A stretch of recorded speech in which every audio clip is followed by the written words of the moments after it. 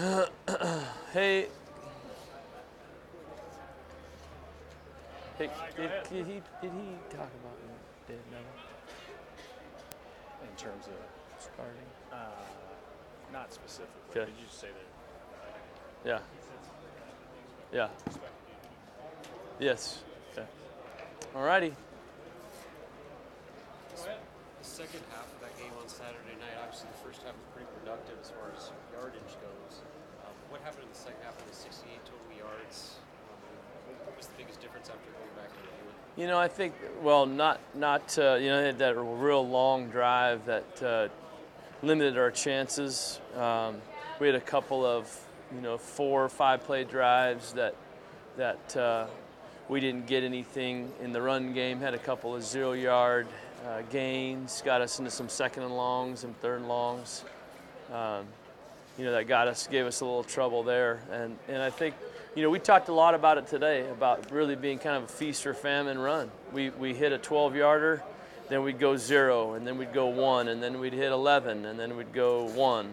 And so we when our averages are okay, our most common runs have been 0s and 1s. That kind of the mode, I guess, median and mode, that we got to get the most common runs to be up there in that 4 or 5 yard range and winning the down. So it's a little bit more consistency there. We've got to keep the hits down. We had 8 hits, and that's too many. We only gave up a sack, but that's too many hits on the quarterback too. Those pretty direct hits? Not all the time. I mean, anytime he's getting close or getting bumped or hit, then we count it. So those aren't violent collisions all the time, but we want to keep him upright and clean and everybody away from him with a good pocket. Would you prefer about half that, half of 8? Yeah, I would say none. I think that there's a combination, and it's not just the line. There's a combination of needing to get the ball out of his hands on time, the backs picking up pressures, the tight ends involved in protection. So there's the protection unit is really the running backs, the tight ends, and the quarterback that mix in there with the line. We've got a pretty good sample size now. How's that? When you look at that completion percentage, just what it is, 54%. How do you feel about it? I think it's low, but I don't think, there's a couple throwaways in there, and there's a lot of drops. There's been quite a few, in fact, that have been kind of shared by all the perimeter groups. It's not been one guy or one group. It's kind of been a combination. I think that there was, I think there were 4 drops in the game that were catchable balls that were placed in a good spot. And I know he had 4 throwaways, so we want that much higher, obviously. And some of that's going to be, a guy getting open. Some of it's going to be ball placement. Some of it's going to be finishing the play and making the catch. General chemistry how would you characterize the chemistry between Tanner and his receivers? I think overall pretty well. We've had some new guys at times. Whether we had, a couple weeks ago, even we were playing with Gabe Ron and Reimers and some guys that probably haven't gotten as much work, but I think overall it is good chemistry. I think that it takes time to continue to build that, and that started last spring and all through the summer, but it's a continual work in progress for sure. I see Tyjon 6 games into his first year here. I think he's got 13 targets in that period of time. How do you feel like he's playing at this point? Where do you want to see him? I think he's coming along. I feel like he is a rookie, and there are moments that's there's going to be some growing pains there.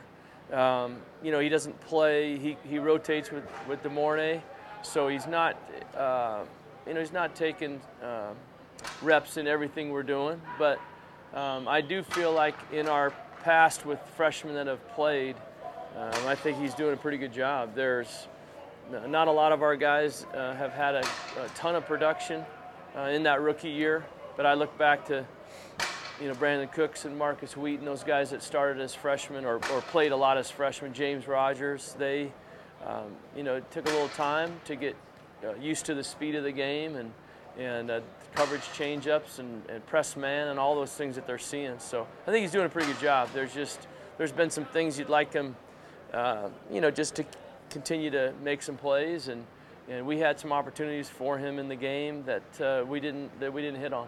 Was that he didn't? He was really open on one, and we got inside pressure that made the quarterback go deep and made it a late throw. And had we not gotten the pressure on the bootleg, we would have been great. He was wide open, a beautiful route. And then we had tight man coverage on one that we threw him a fade, and it was covered pretty well. I thought he could have played the ball a little quicker, gotten his eyes back to it faster, but overall he's done some nice stuff for us. Ohio State, when I say that was 2 words, what do you remember about last year's game? How good is that defense? Yeah, they're very good. They're exceptionally fast up front, strong and fast.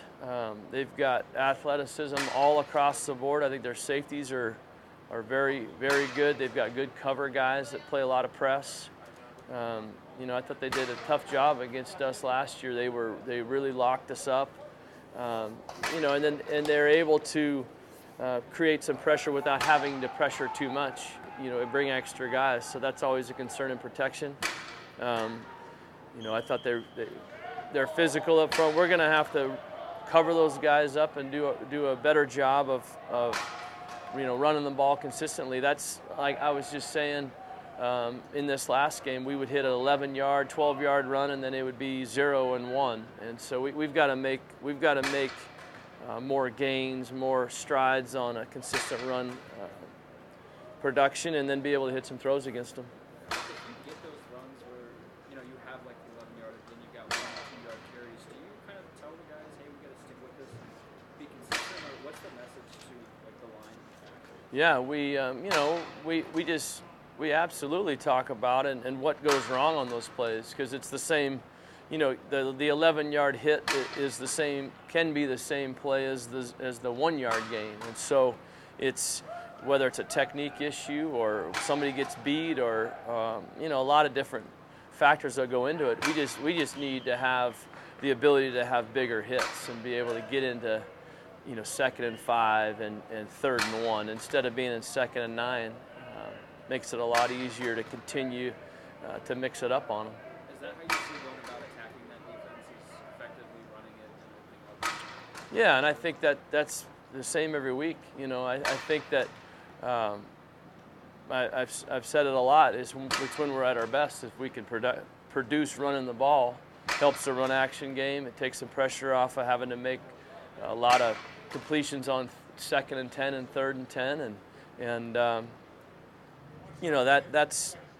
that kind of production is when we've been able to sustain drives, is being able to continue to grind out some yards. And when we get 1-yard gain, 0-yard, we just put ourselves in such big holes and bad spots. Just a couple of years ago, Ohio State had a couple first-round draft picks on their defensive line. They have a couple more now already. Yeah. Sort of watching them on film, it's kind of amazing what those kids, these college kids, sophomores, juniors, by the way, physical abilities. Yeah, they're really athletic. I mean, the Bosa kid, looks like his brother, and his brother's tearing up the NFL. So they've got guys that are really athletic. They can speed rush. They get into their nickel stuff, and they put 4 defensive ends in the game and just get after you. So you want to be able to, if you can get some of those wins on the early downs, you don't allow them to go 3rd and 10 and pin their ears back and rush the quarterback. So I think that's a really important part of the game, is being able to put together some drives that both chip away at them, and then we got to be able to hit some plays. When you look at Tanner 6 weeks ago and Tanner now, where has he progressed and how much has he progressed? Yeah, I think he's been really good the last 2 games especially. I thought he had some really smart decisions. I thought he threw the ball accurately. I thought he moved nicely in the pocket, had a scramble, stepped up a few times against some rush, and made some throws. I just think he's been really sharp, really solid. He graded out great in our last game, just with all of the things we're asking him to do. So I've been very pleased, especially really last 2 games. Where do you think that came from? Because I remember seeing one play where there was a guy coming off the edge and Tanner just had a little flip where he stepped up and made the guy miss. We hadn't really seen that yet this season. I think it's just a comfort level and continuing to work on a wide rushing defensive end, stepping up and having his focus downfield. I think he's getting more and more comfortable, and I think that's why he's playing faster and making better decisions. It seemed like you took a few more deep shots last game. Is that because you thought you could exploit a matchup, or was that something more to do with Tanner's confidence? I think a little both. We felt pretty good. We had the deep one that DP. We had a nice deep bootleg that we had open that we got pushed from inside that made him fade a little bit to Tyjon. But I think he's also doing a nice job of seeing things. He did a beautiful throw to stay in on the touchdown play, and then he did a nice job of checking the ball down to Divine on another one. So I think those things, he's seen the deep ones, he's checking it down. I think there is a lot more confidence in his game. Hey, Coach, with Cole Conrad, are you considering maybe working out other positions on the line? Yeah, looking at guard and just seeing how that looks, and we're trying to get Neville back into the mix too. All right, thanks.